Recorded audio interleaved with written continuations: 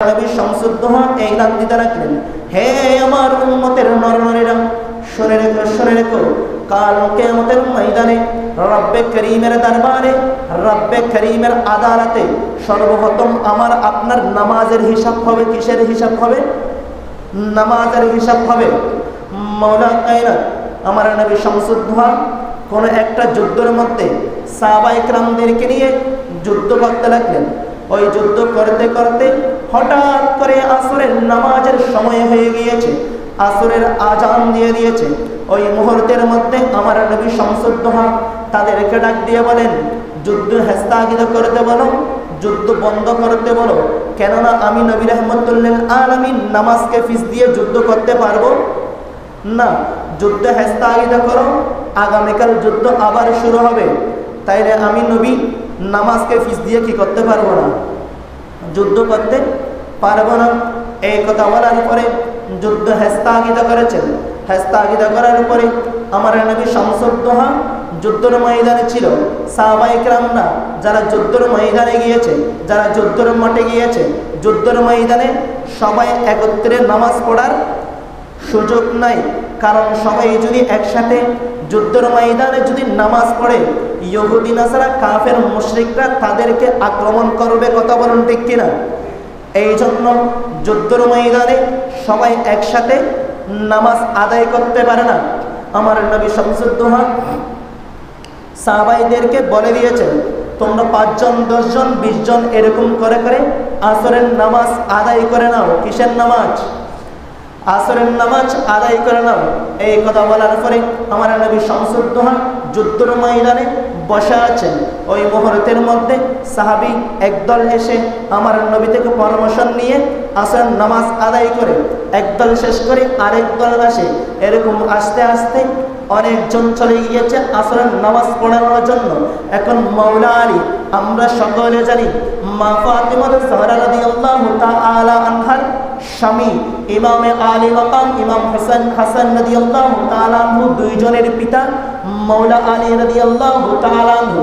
ওই যুদ্ধের মধ্যে আমার আপনার নবী শামসুদ্দোহার সাথে যুদ্ধে অংশগ্রহণ করেছে, বলি সুবহানাল্লাহ। তাইলে মাওলা আলী ওই যুদ্ধের ময়দানে গিয়েছেন। ওই মুহূর্তের মধ্যে সবাই আসরের নামাজ আদায় করছে।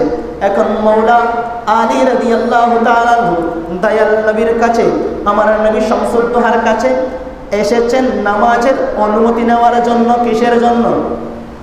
নামাজের অনুমতি নেওয়ার জন্য।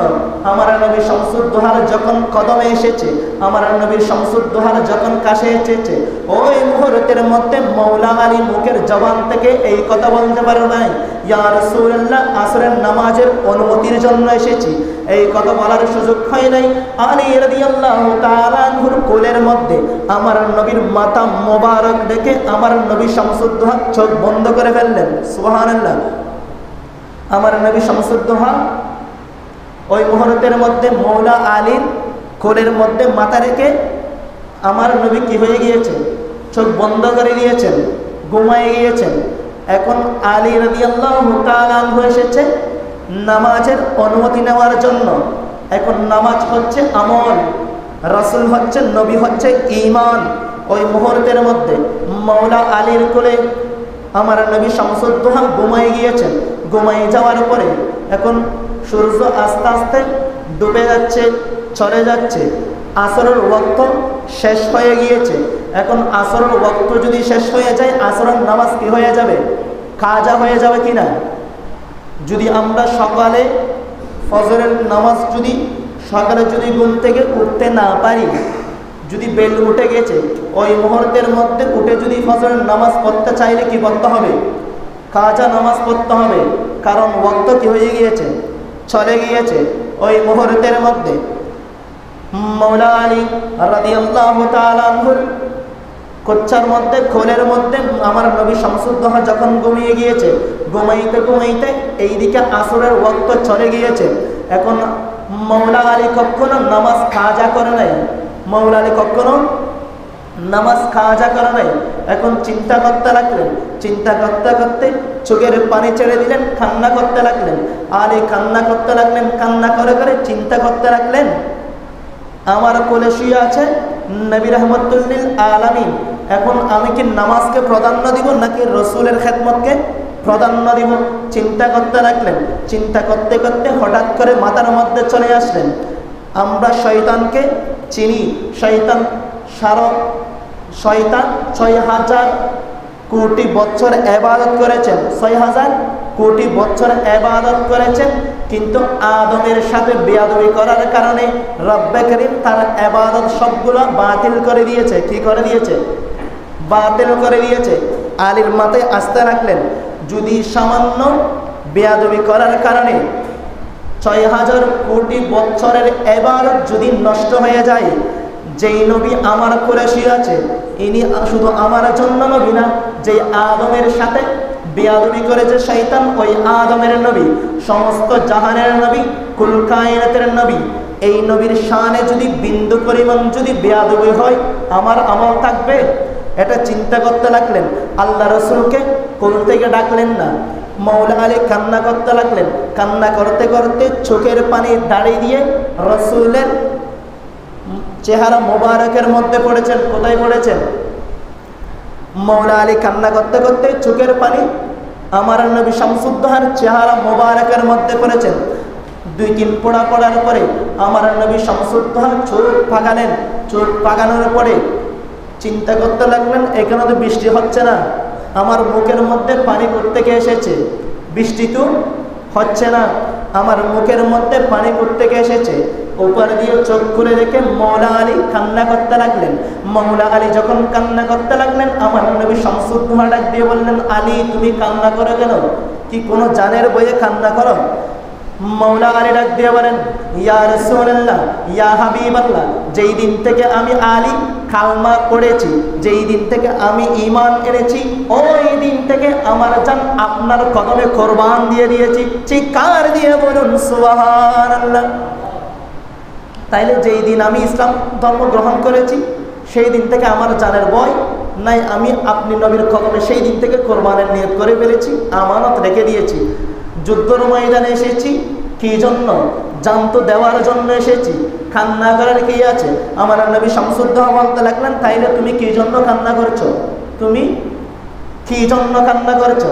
আমার নবী শামসুদ্দোহাকে বলতে লাগলেন, ইয়া রাসূলুল্লাহ, ইয়া হাবিবাল্লাহ, আসরের ওয়াক্ত চলে গিয়েছে, আমি আপনার কাছে এসেছি আসরের নামাজ আদায় করার অনুমতি নেওয়ার জন্য, কিন্তু আমি এই কথা বলার সুযোগ হয় নাই, আপনি মাথা মোবারক আমার কোলের মধ্যে দিয়ে আপনি ঘুমিয়ে গেছেন, সেই জন্য আমি আপনাকে আর কষ্ট দিতে পারি নাই।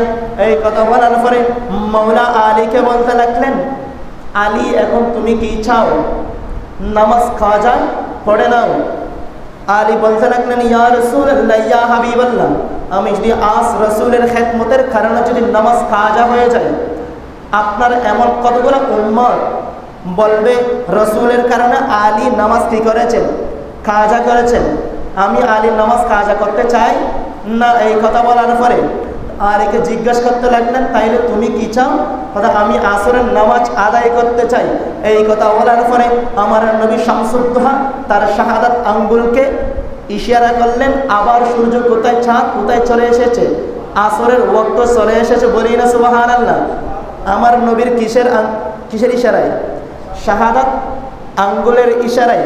সেই জন্য কবি বলেন, মওলা আলীর কোলে নবী ঘুমায়, সূর্য ডুবে গেলে আলীর নামাজ ছুটে যায়, সূর্য ডুবে গেলে আলীর নামাজ ছুটে যায়, নবীজির ইশারায় সূর্য ফিরে আসে, তর্জনীর ইশারায় সূর্য ফিরে আসে, আসরে যাইতে মে আমি কেন হব না পাগল সে নবীর প্রেমে। আল্লাহুম্মা সাল্লি আলা সাইয়্যিদিনা মুহাম্মাদিন, আল্লাহুম্মা সাল্লি আলা সাইয়্যিদিনা মুহাম্মাদিন, সালাতুল ইয়া সালামুন ইয়া হাবিবাল্লাহ। তাইলে আমার নবী শামসুদ্দোহান একটা শাহাদাত আঙ্গুলের ইশারায় ডুবে যাওয়া সূর্য আবার কোথায় চলে এসেছে? আসরের ওয়াক্ত চলে এসেছে। আসরের ওয়াক্ত চলে আসায় মাওলা আলী আবার আসরের নামাজ কি করেছে? আদায় করেছে।